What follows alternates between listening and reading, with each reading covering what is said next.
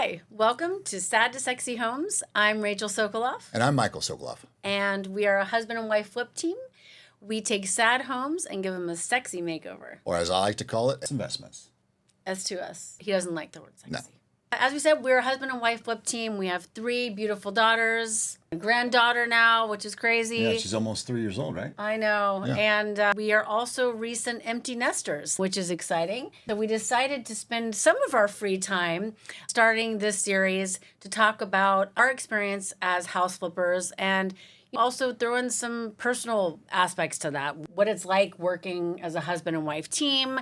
The do's and don'ts with flipping and... Yep. Give you guys some tips of things that we've learned. So hopefully if you're going out to start your own flip business, you can learn from our mistakes. So avoid some costly mistakes. And time is money. And so if you can learn anything from us, then we'd be so happy to share that so you don't have to make the same mistakes. So just, I guess, let's start out with why you started flipping houses to begin with. I joined in later on, but Mike has been an OG flipper since way back in the day. Before all the shows were even big back then. So I started in 2004 flipping.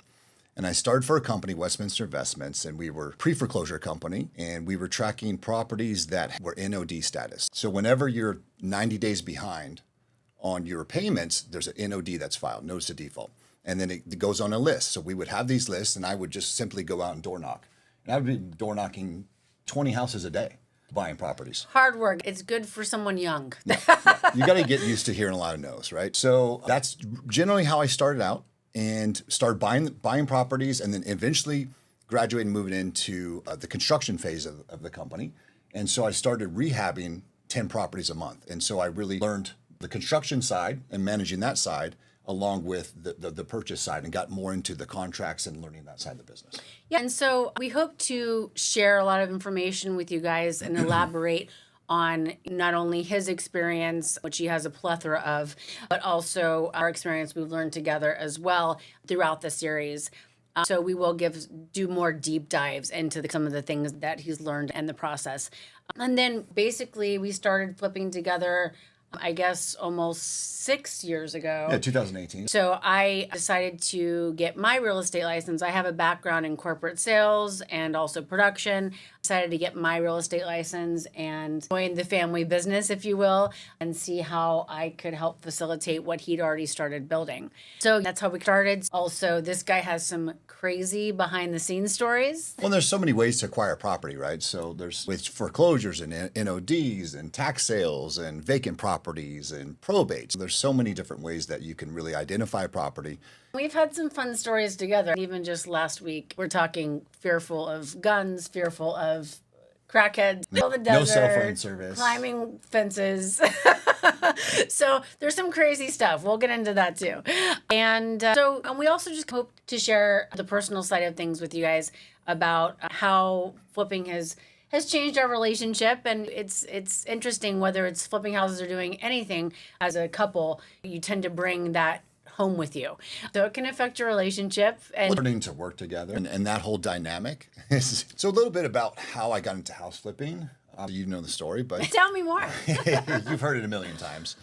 So my background started out living in a small town, not a lot of money. So we didn't call like a plumber or a handyman to come repair. So I really had that experience that I can pull off of to rehab houses and fix them.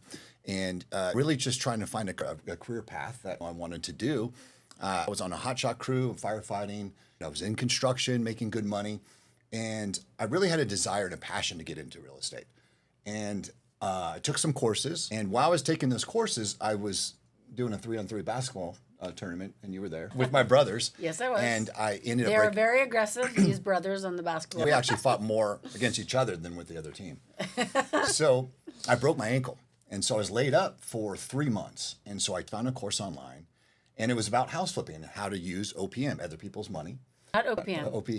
You know, with OPM. And so that was really the origin of looking at the opportunity, the money that you can make. I was really excited about it. And I was like, this is what I want to do for a career. This is my passion. This is what I want to do. Pulled my construction background with a little bit of my real estate experience. And it's your like aha moment. I was nervous to do it on my own, right? And I'm like, how can I do it on my own? So I'm like, maybe I'll find a company that I can learn from. And one of the first companies I reached out to was Westminster Investments, which eventually they hired me. And I went And out, why wouldn't they? and I went out door knocking. Well, I was being paid something like $200 a month in gas. Oh, wow. They paid my cell phone bill. This was a long time ago. 2004. Actually, I don't even know if you had a cell phone then, did you? I think I could afford one, but it was very little money. And so basically, if we knocked a door and we purchased a property, we would get 10% of the profit. And how my boss would calculate the profit would be purchase price, rehab costs, and sales costs. So it was a long progression before you actually got paid, so I could get draws off a deal. And it took me months to get a deal. But once I started getting rolling, I bought 3 or 4 properties and then graduated within company to overall construction manager. And I started to rehab and really see the rehab costs involved with these properties and managing contractors and hiring subcontractors. And that really gave me an overall great experience when I first started. A good foundation. Yeah. Basically, your training ground. Oh, it was like a master class. And I just loved the foreclosure side. There was just, I don't know, something that just gave me so much excitement that. Well, like, and also you're kind of an adrenaline junkie. You like gambling and high active sports and winning and all of these things. Competition. And so at some point you transitioned from Westminster Investments to starting your own thing. So a little bit about that. So the market started crashing in 07, 08, the Great Recession, as they call it, right? So my boss sent me to the trustee sale. So I started buying properties at the trustee sale. And from there, I really... And this is crazy, by the way, because I've experienced it since then. The trustee sale is where you actually go down to the courthouse and there are big steps leading up to the main courthouse door and a bunch of people surrounded bidding. One bidder. I don't know if I'm doing whatever it is a crazy, wild experience. And I didn't even know what to expect. It seems like a scene from a movie, honestly. So we'll tell you about some more of those experiences. But so anyway, sorry, go ahead. I blame the auction for all these gray hairs. I mean, it was so stressful. Some of these properties I've never seen but an hour before I purchased them. So I had runners in the field. They were looking at the property. Many of these are sight unseen, as is properties that you don't know really what you're getting. And so some of the stories we'll get into are situations where he purchased a property where he wasn't exactly sure what he was getting, but he knew based off of the comps in the area that it made sense regardless of what happened once you opened the door, right? You get a keen eye to what does the property look like, right? Is the grass as tall? Is there trash everywhere? So you get an idea, well, what's the rehab going to cost? Because of the distress of the house. So at the auction, the trustee sales on the courthouse steps, most of the people there were working for companies, large hedge fund companies. And so they wouldn't talk to you. It was like a good old boys little group. Yeah. And they wouldn't let you in. And so I was kind of an outsider doing my thing. And so I couldn't buy in LA against in parts of LA and the Valley against them because they had so much money that they pushed me out to Palmdale, Lancaster. So I started being successful out there and buying out there. And so a lot of investors, as news got wind of the opportunity at the auction, investors started flocking down there. And I was an independent contractor at the time.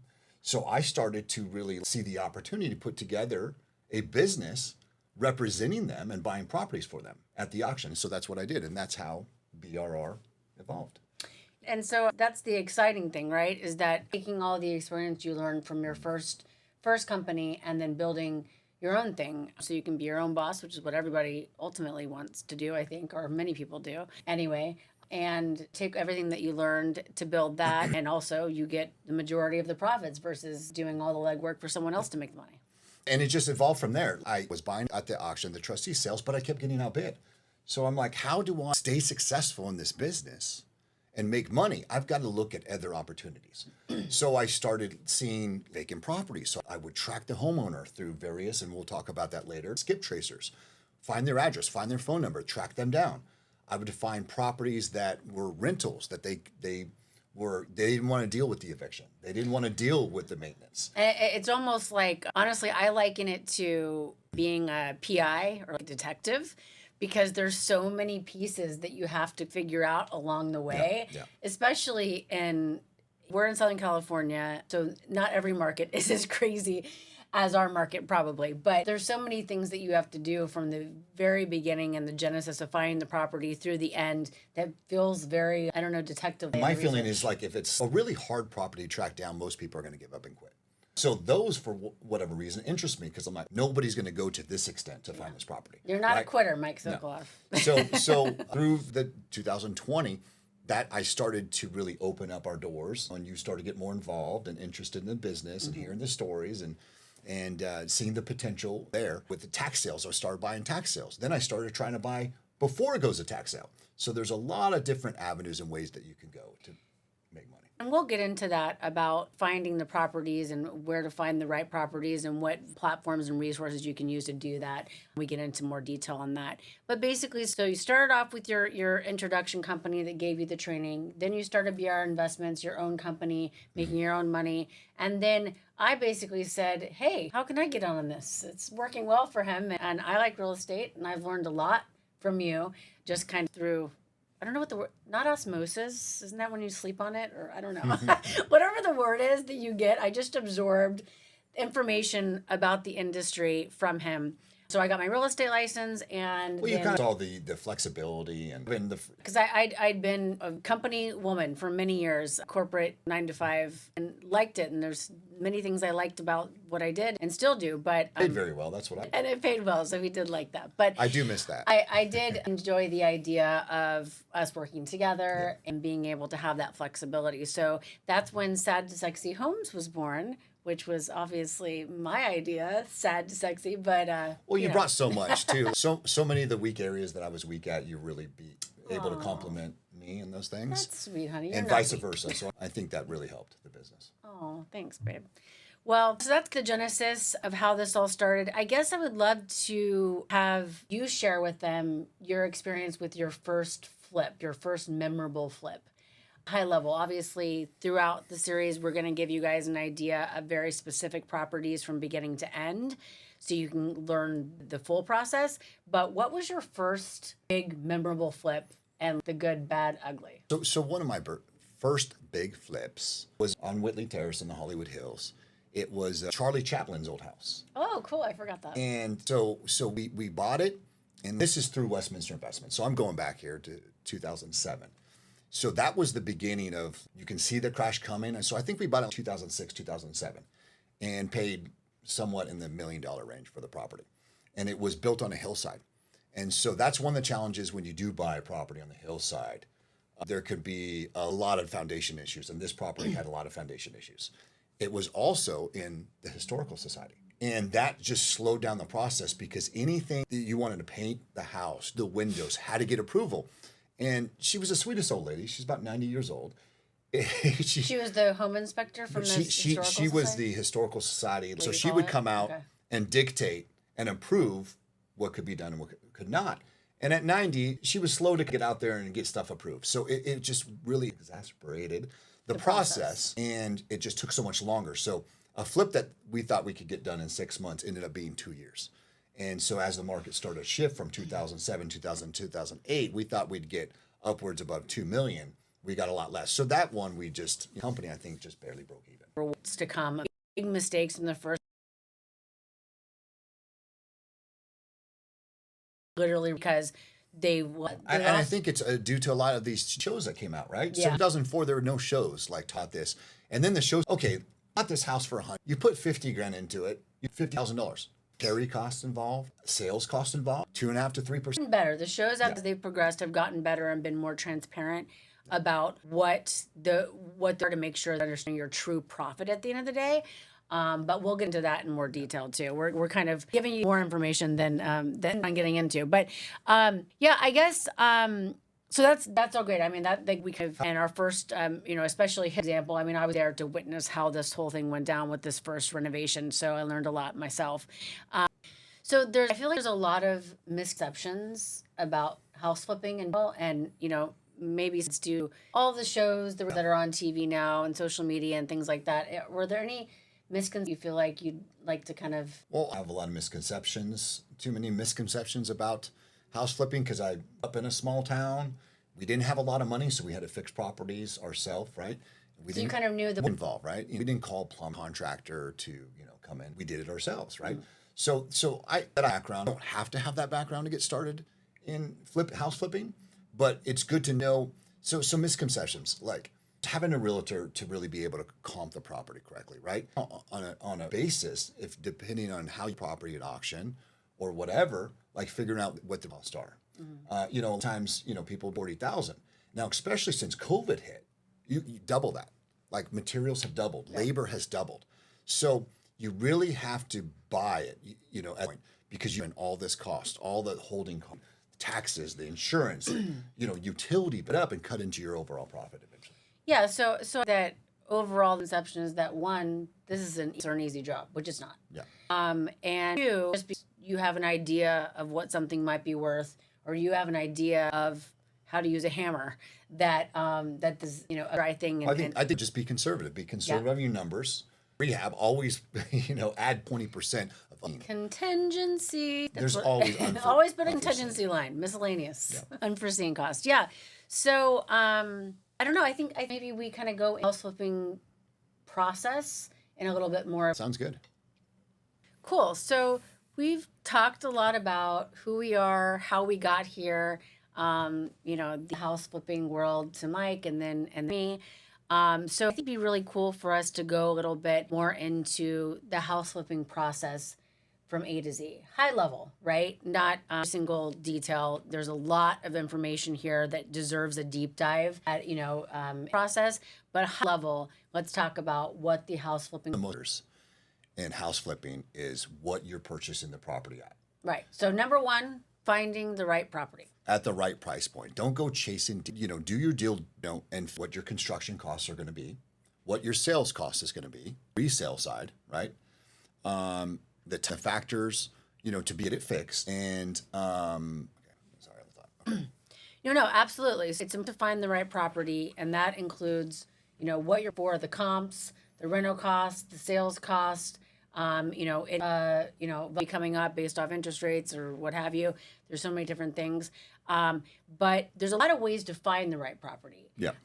So talk a little bit about the tools and resources used, market to find the right property. Yeah, like we talked before. So there's a property that an NOD has been filed that's in pre-foreclosure.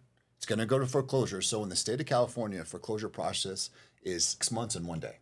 So and every state, it's important. Every state has different foreclosure policies, different rules you can get into. So make sure you look up what the rule are in your specific flipping. Yeah, and after days when an NOD is filed, notice of default, and then that's when it becomes public knowledge.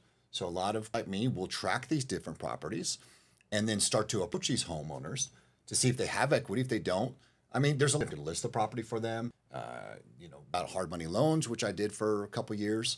For cash. So the avenues are, you got vacant properties. So there's a lot of different avenues that you can find your first flip. And it taught me a lot about all the different resources, and they've obviously grown as we've moved into the digital age, how to find these properties and different buckets of business, if you will. So like for the biggest software programs or platforms you use to look up properties. Well, one of the biggest is I use Property Radar. Property Radar, yeah. So it's a great resource. It pulls information from title that you can really just it gives you the specs on the house, the bedrooms, square foots. Yeah. Give you the tax roll where find the owner if they don't live there. So that's been a great tool for me. I've used it actually since like 2009. We'll actually probably do an entire episode just on the resources. Yep. Probably some other ones as well. But there's a lot of resources, and then obviously it has made its way into every industry. There's a lot of interesting tools, real estate, AI's kind of purpose. So definitely do a deep dive in technology and resources and tools for market research at a later time. With any of these capacities, I think then how are you going to buy it? Like, right? Yep. So you don't have the cash to buy it. You don't have to this. So there's a lot of companies out there. They're called hard money lenders, right? And they're not like necessarily a guy with a bat, and like people like to say, or like, it's not that. It's called hard money, but it's a very reputable type of hard money. Yep. Sorry. Yeah. And so they've been for the last 10, 15 years, they've really grown. There's a lot of companies out there that we can get into later and talk about the good and bad, and the good company, the interest rate, and all that type of stuff. But they will lend typically up to 60 to 90% of the purchase price of the home. is what they. Purchase the property, not what it's worth. And then interest rates vary from 10 to 12%. So you can really use this tool, hard money loans, to leverage your money, able to get into a property that you would otherwise not be able to do because cash to do it. Yeah, absolutely. So I learned a lot about him and that I was just really surprised by. I think a lot of people think that you have to be, I don't even know what that means today because can't buy much for $1 million, but that you have to have a lot of money and a lot of cash flow to be in this business and to purchase properties, and that's not true at all. You obviously have to have a few components. You've got to have good credit. Yeah. You have to have resource like lenders. So there are people that do this type of things, which it would be more a 30-year or 15-year mortgage to buy a primary residence, right? It's nice because your interest rates are really low and it's manageable from a long-term perspective. So hard money comes in play where you don't need it for long-term, so you can afford to pay a higher interest rate. However, Generally it's a short-term loan, right? Yep. Could be a bridge loan. There's a lot of different ways that the hard money lending business goes. Definitely do a deep dive into the financial piece because that a lot of it. We will bring in some lenders that we've worked with that are very reputable people in the end. Specifics to the financial aspect, what to expect, what to look for, what to bring to the table from your end, and what provide to you from a service standpoint. But beyond hard money, obviously I have cold hard cash. Yep. So if you've got it, generational wealth, whatever, kids, great. Then you've got cold hard cash. If you don't have that, then you've got what we talked about, OPM. Yeah, OPM. You can find investors. And there's a lot of investors out there. And I have a few of them, doctors, lawyers, attorneys. They're returning on their money. So you can find them as well. There's different chat group, bigger part of them. What's the other one?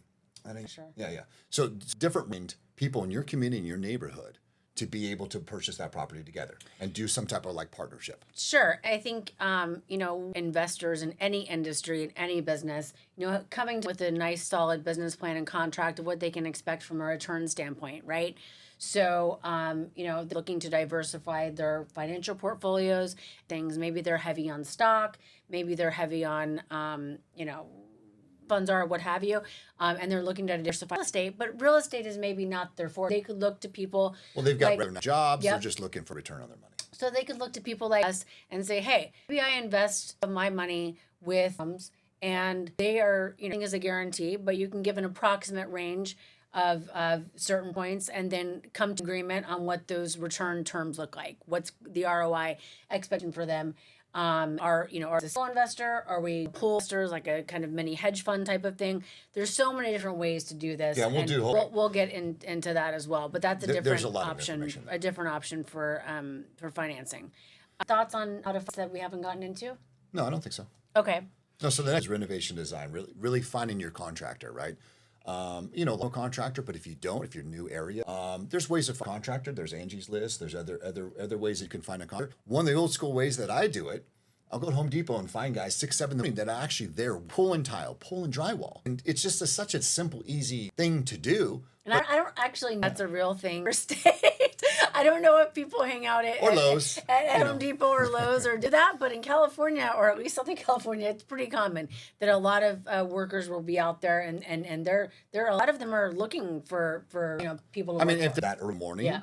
They've got business. They're working. What I mean? I like that they're up early and they're doing their work or driving neighborhoods, right? I've driven it when I was buying out in Yucca Valley, Palm Springs. I didn't know anybody out there. Yeah. So I would drive the neighborhoods and see working, and I was like, wow, that house looks fantastic. I'll grab a card. We actually did this a couple days ago. We were out looking at a property, and once acquired the property, needed some landscapers. So we saw some neighborhood.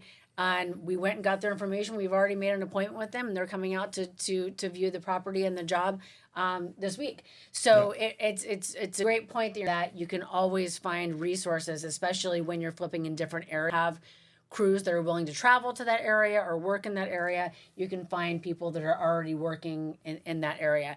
I think one thing to note when you're building your renovation team. Some house flippers have an internal contractor. We do not. We work with multiple general GCs, as they're called, And there's a lot of different ways to find GCs in your area. You can go to databases. They should all licensed GCs. They're licensed and registered with the state. Right. So you can look them up. You can look up. See if they have any violations. See Yep. how long they've been in business. Yep. Yeah. The GC is the head of your renovation. They're the go-to big boss on the job. Of course, we're the ones paying, so we're the big boss. But the GC is running the day in, day out operations of your. It's interesting. I have a production background. DC to either an executive producer or a director, right?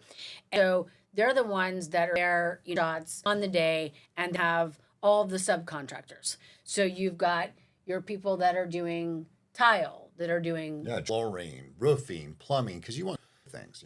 Yeah, and so if you're show up and make smoothly, important part like your thing, And we'll talk about on a later date forward to the contractor what to do. So there are ways around it. When I first started out, I'll just be quick here, but I would pull the owner user, and you could pull builder, owner builder. Yep. And then I go find the different subs, plumbing, contractor, drywall, flooring, and it's a little bit of money in some ways, depending. Yeah, so there's some different loopholes, and you want to check and verify all of this with local rules and permit departments, or county builders, everything. Like it can vary very quickly from county to county, state to state, etc. Yeah. But now you bought the property, Yep. you've renovated the property.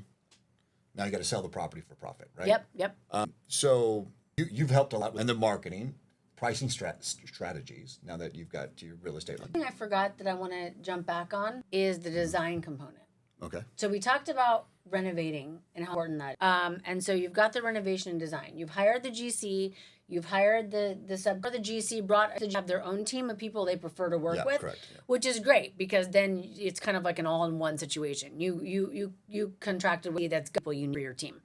But some people are comfortable than others. Some people actually get professional designers to come out do that. I personally like to do a lot of the design. That's kind of one of my favorite parts of this business. Sad to sexy.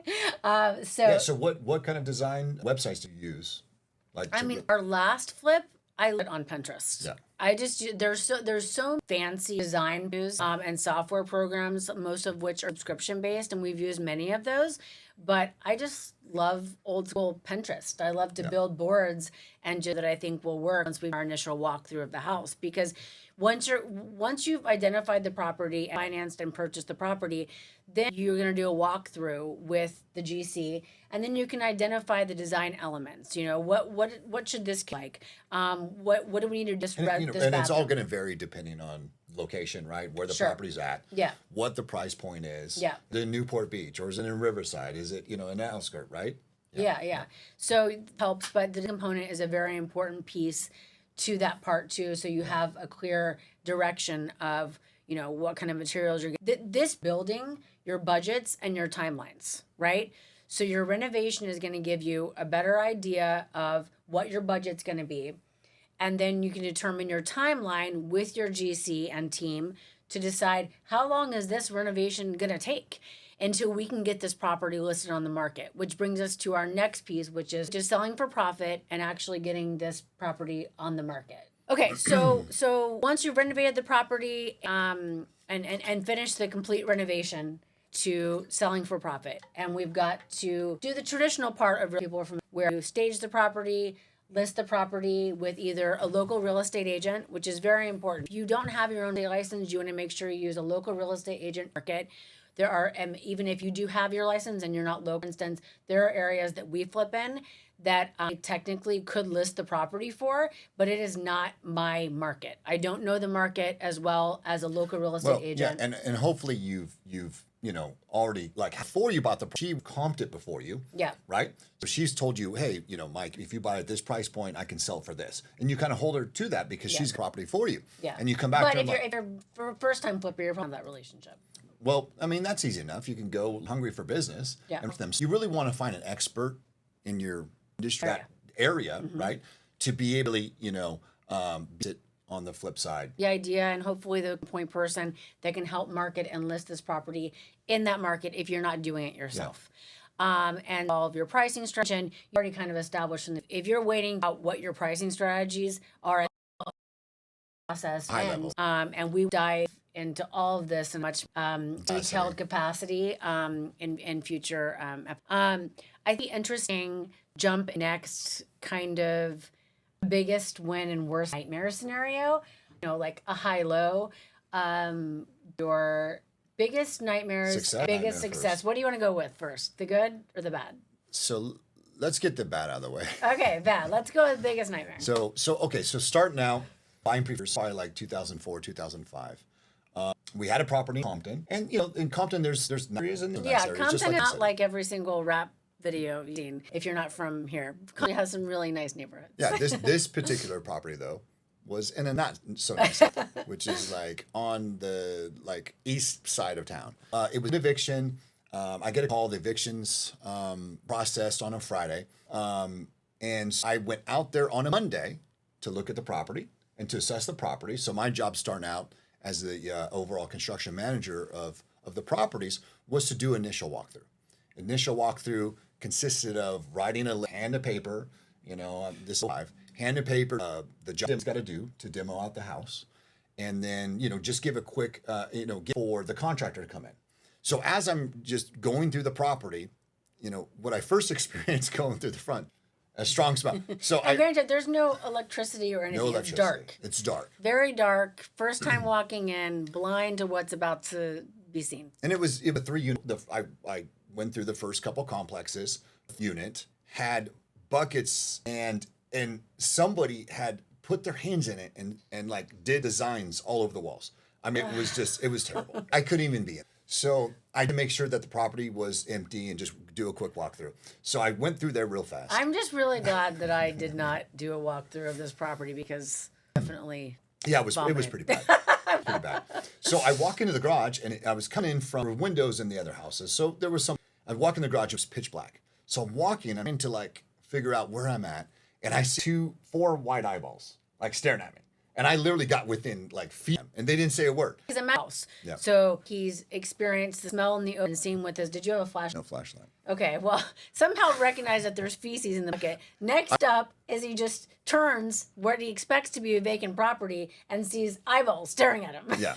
Not saying it when they could probably see me, going what's going on? And so I grabbed a 2x4 that was kind of standing up. I'm like, what are you doing here? Come on.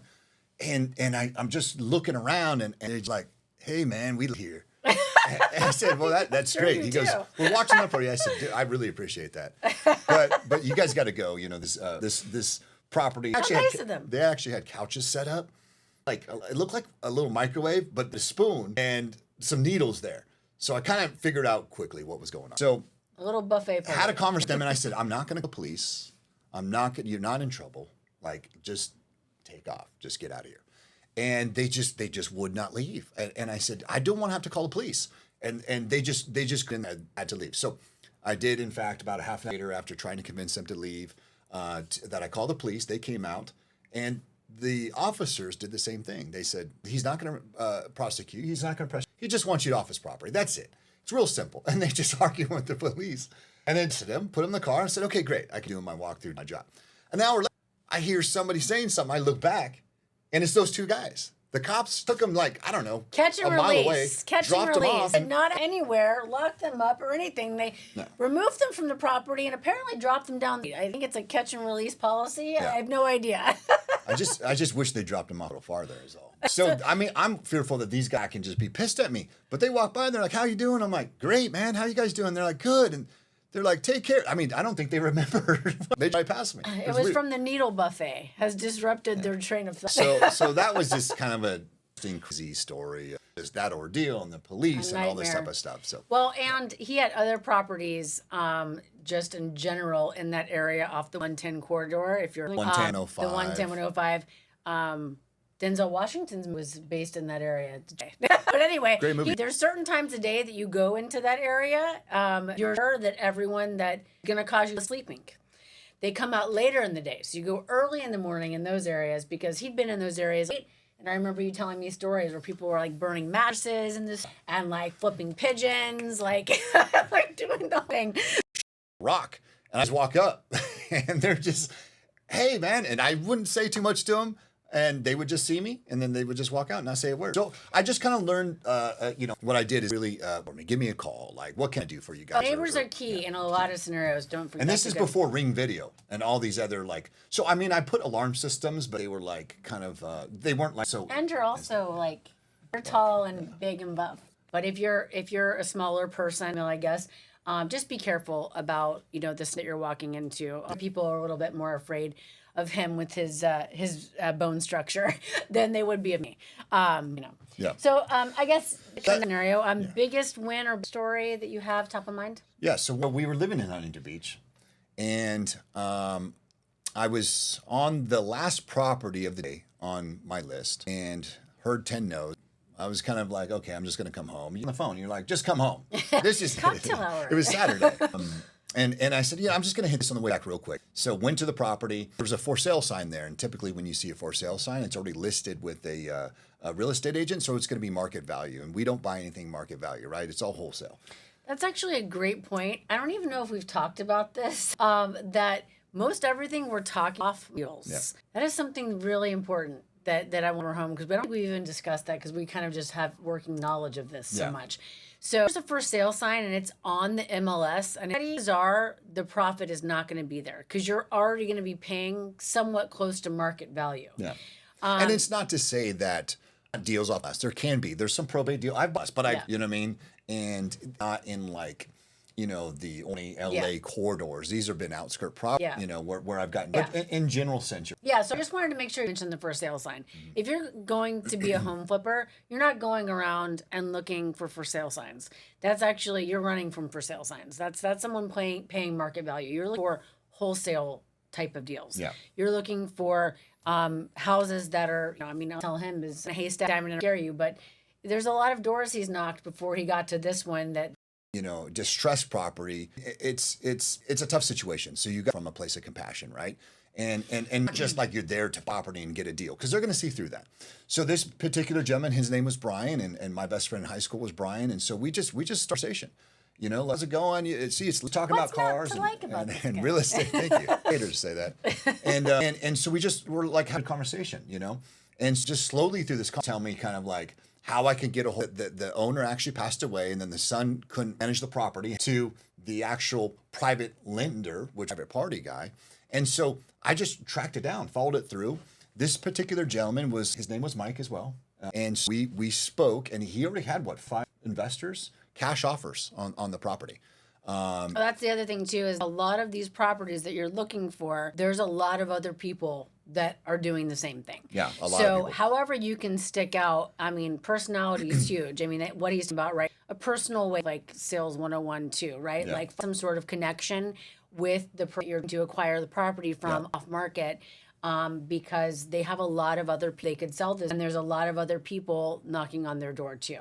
So really hitting. There's another thing you just touch on too, that this is a sensitive thing you're doing.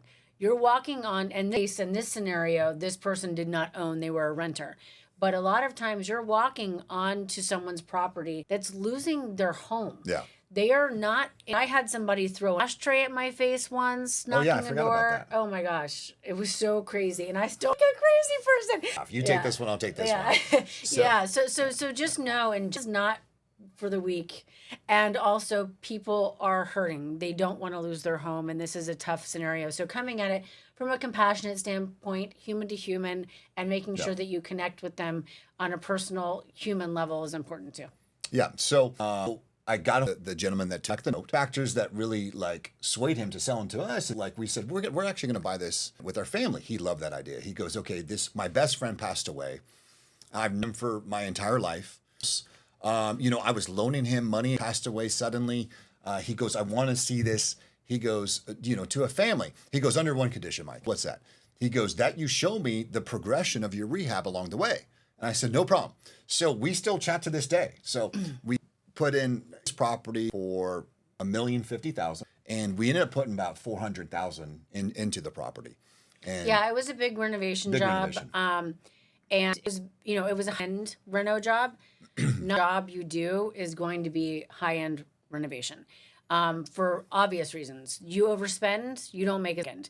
And depending on the market, if you're flipping a house in Beverly Hills, you have to go high end. Yeah. If you're flipping a house in the desert, or depending on which desert, actually, if you're flipping a house in the ghetto part of the desert, or an area that's not desirable, then you want to go basic with the reno because Well, you're yeah, I not mean, going to get your money back. Yeah, so we really looked at the comps and the factor in, hey, we need to put accordion doors, accordion windows. We did Huge, high-end large tile. granite on the fireplace. Just high-end wood floors. We did structural changes. Took out windows. Is due just depending budget is in the area. Well, because the resale market really could hold like higher comps. Yeah. So we So the win with that was basically for a great price point because you charmed owner with your Mike Sokola. We got a great from the beginning. We did a really nice high-end renovation. Received really well. I listed the property. Something we'll talk about later. We got a hard to do the remodel, and then we flipped it into a conventional loan. But we lived in it for at least 2 years.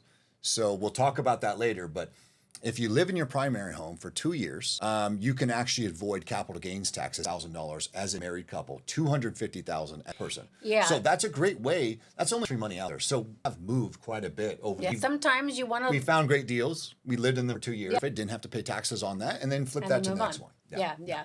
So the win-win. We just sold 2.2.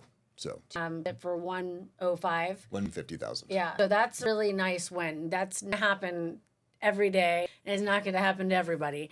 Let's just make sure that we're clear about that.